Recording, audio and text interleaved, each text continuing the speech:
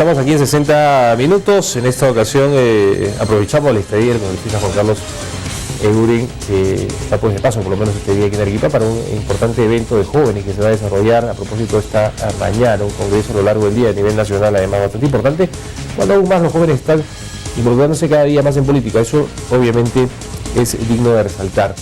Congresista, buenos días, gracias por estar aquí, hay muchos temas para hablar el día de hoy. Arranquemos a tu disposición. Calientito, indudablemente. Para empezar, el tema pues de la petrolera, el lote 192, que ayer, sorpresivamente, inclusive para el Ejecutivo y muchos podríamos decir, oye, ¿qué pasó acá? Se dio a favor con un rotundo 71 votos a favor. Sí, mira, la única bancada que ha votado en contra de manera unánime es la nuestra, la del PPC, porque nos parece un disparate, por varias razones. La primera es conceptual. El Estado tiene que tener prioridades, y para nosotros las prioridades son educación, salud y seguridad. Son las tres funciones básicas que el Estado debiera hacerlas bien. Y la cuarta, desarrollo de infraestructura social. Llámese carreteras, llámese colegios, llámese hospitales, equipamiento. Esa es la labor fundamental del Estado. Que el Estado desarrolle actividad empresarial, no tiene sentido destinar cientos y miles de millones a hacer empresa.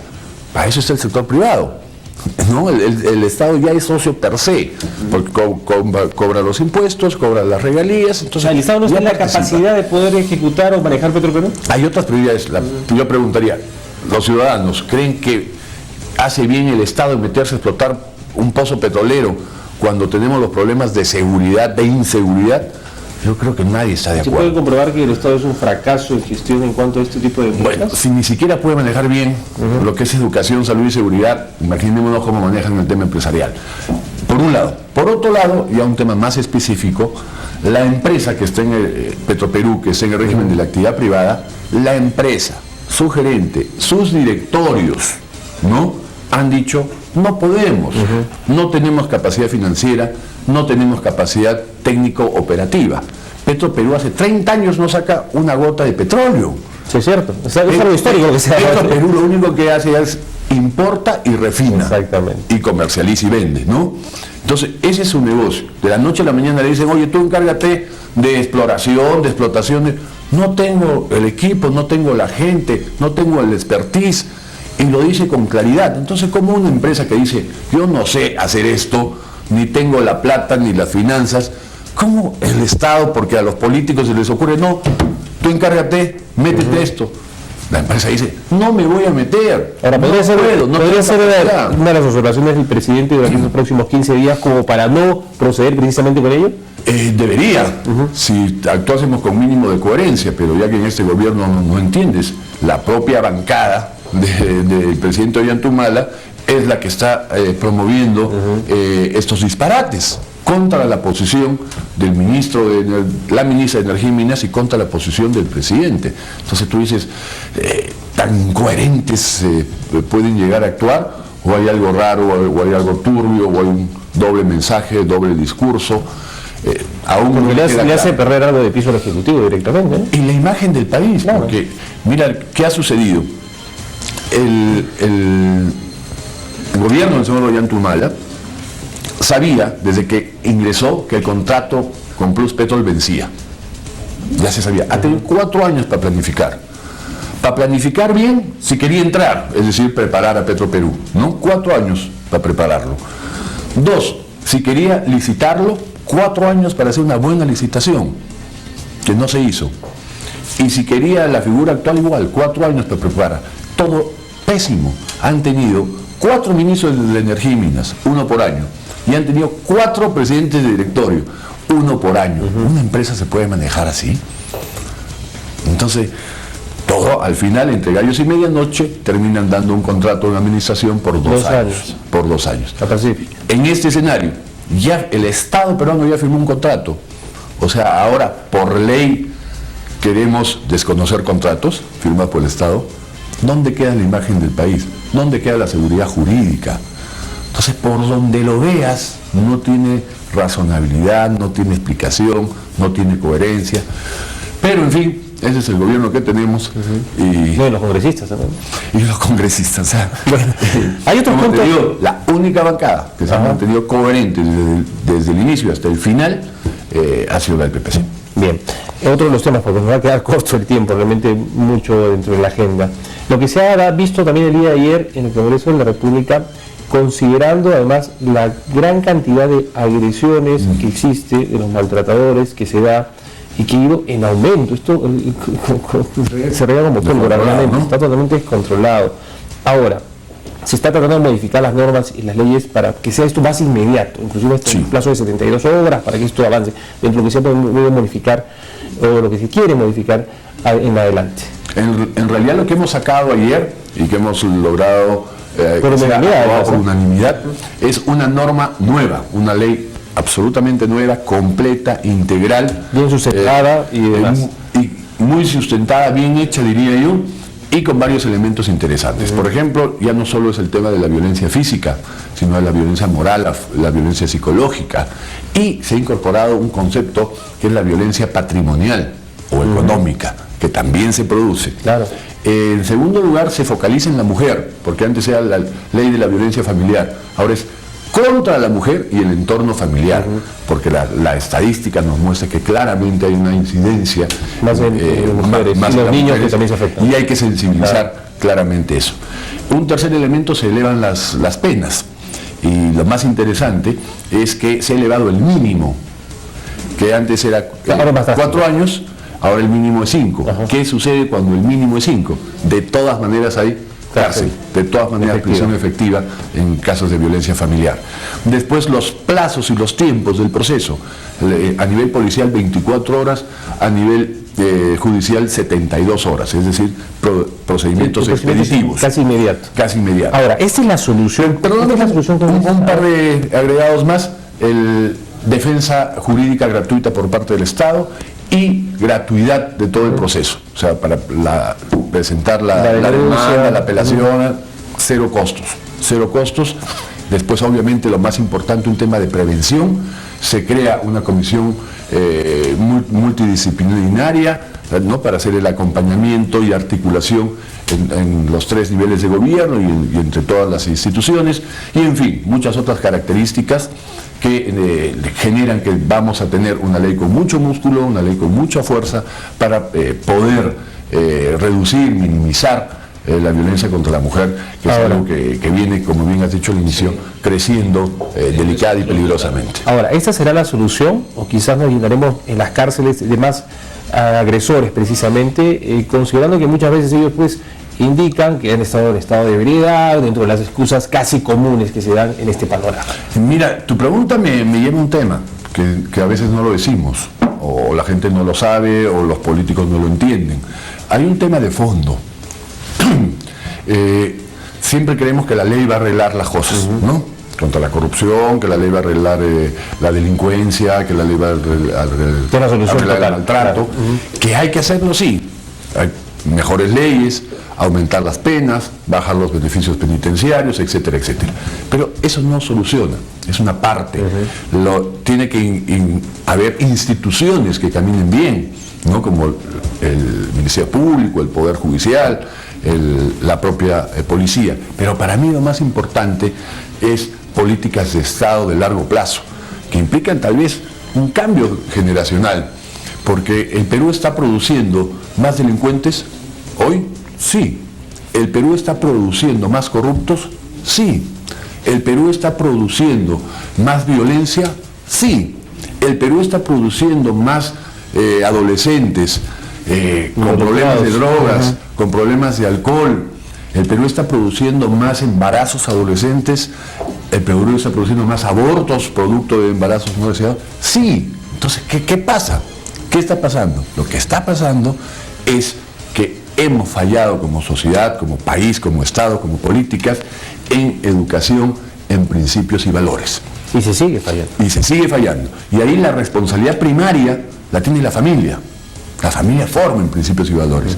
Y la escuela de manera complementaria, de manera subsidiaria. Y ahí está el problema.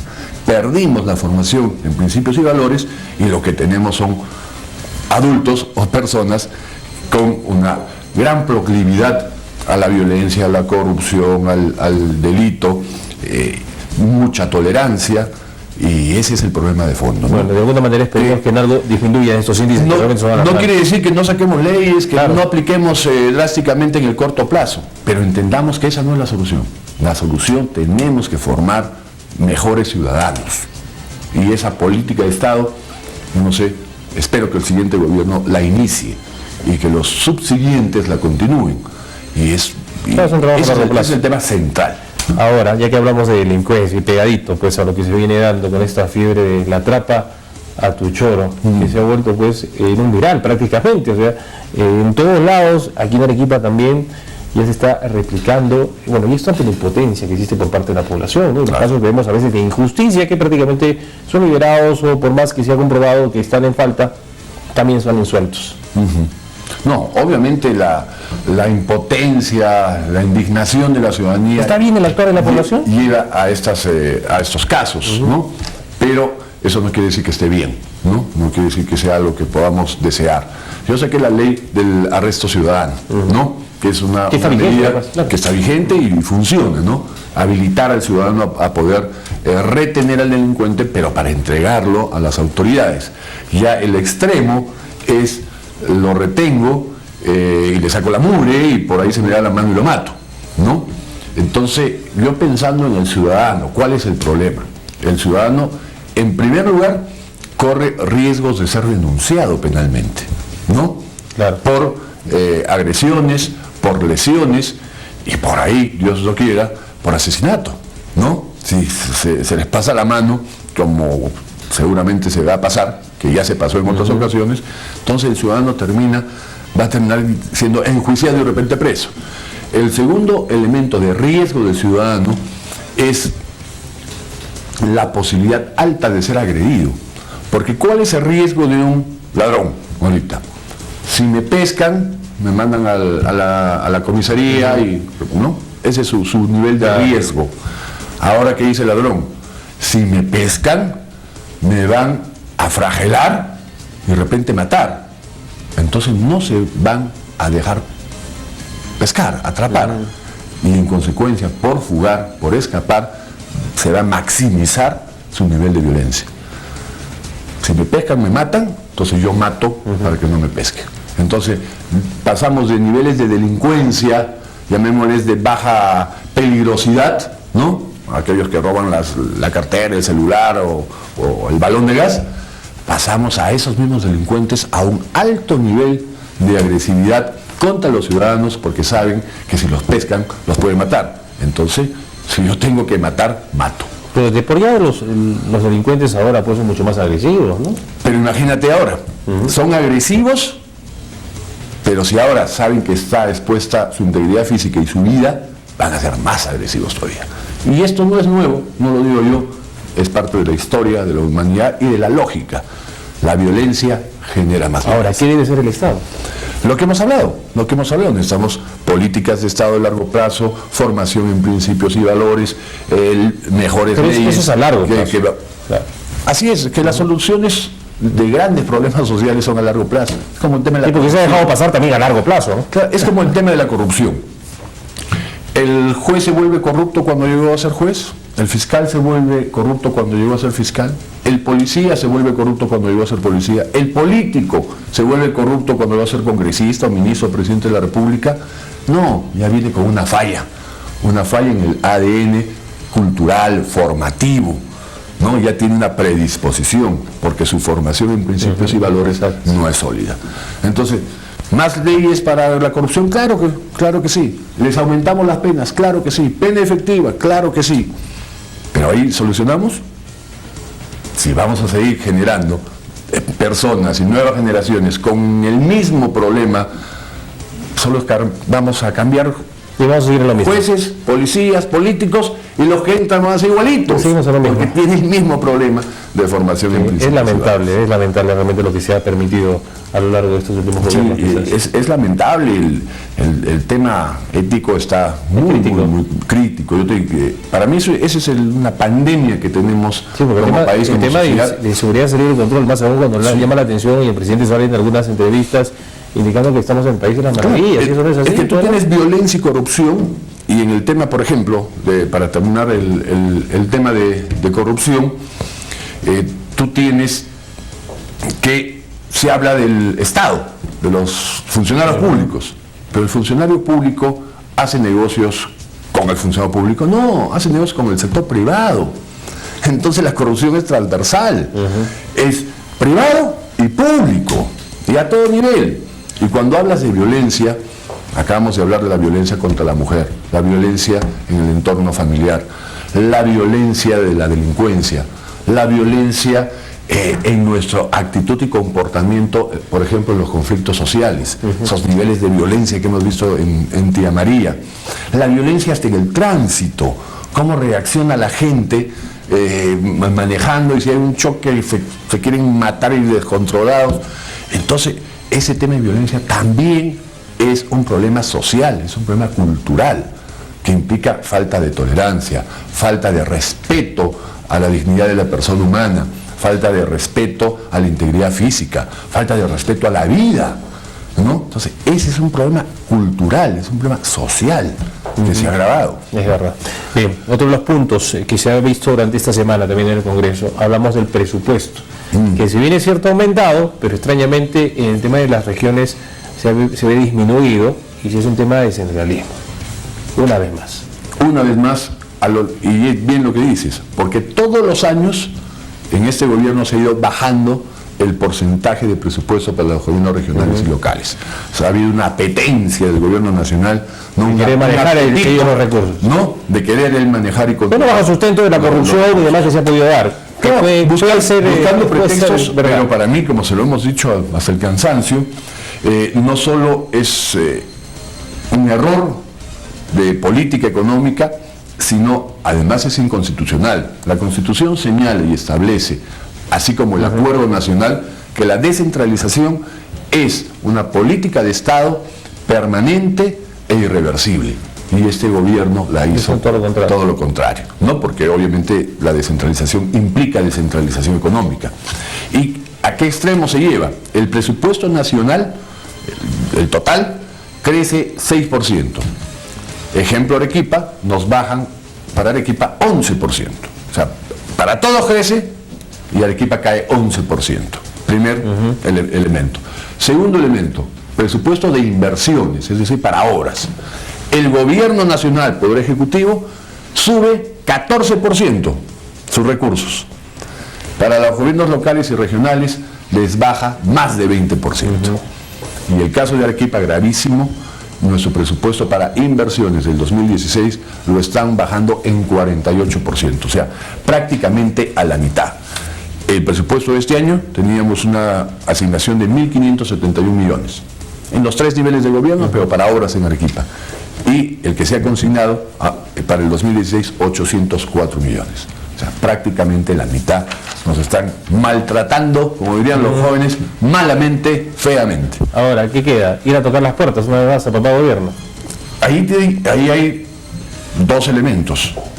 Uno es ese arbilismo que busca el gobierno para las autoridades locales y regionales. Que toquen la puerta, que hagan su cita, los hacen esperar, los hacen regresar, no los atienden, todo un vía crucis. Para llegar y agachar la cabeza y estirar la mano para que les den platita para sus obras, ¿no? Y eso vamos a llegar. Así es, ese va a ser el escenario. Sin embargo, también hay otro elemento que hay que analizar y tiene que ver por qué en Arequipa cae tanto, por el efecto de los precios de los minerales. Arequipa, los recursos que hemos tenido en abundancia durante muchos años provenían del canon minero, ¿no? ¿Y es un castigo quizás a lo que se ve en el panorama con Tía María? Podría ser. Si ustedes tienen la oportunidad de generar y no quieren generar, mala suerte para ustedes. Claro, es un tema pendiente, ahí todavía está. Es un tema pendiente que yo no creo que ese gobierno lo vuelva a enfrentar. Ese gobierno no está haciendo nada, ya hace... Sí, porque más allá de que llegue a la convención minera, porque tenemos además una importante vitrina de cada unas semanas, y seguramente el presidente llegará, pero muy poco. La verdad, ya él ha sido claro, ¿no? Prácticamente se lo ha dejado a saber que ellos ya se lavó las manos y esta será tarea. Si sale o no sale, se verá a partir del 2016 como el nuevo gobierno.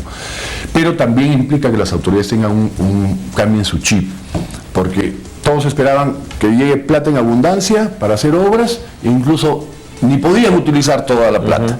Ahora cambió, ahora tenemos que pensar. Uno, que el promotor del desarrollo ya no es la obra pública o la inversión pública del Estado, sino el gran motor tiene que ser el sector privado.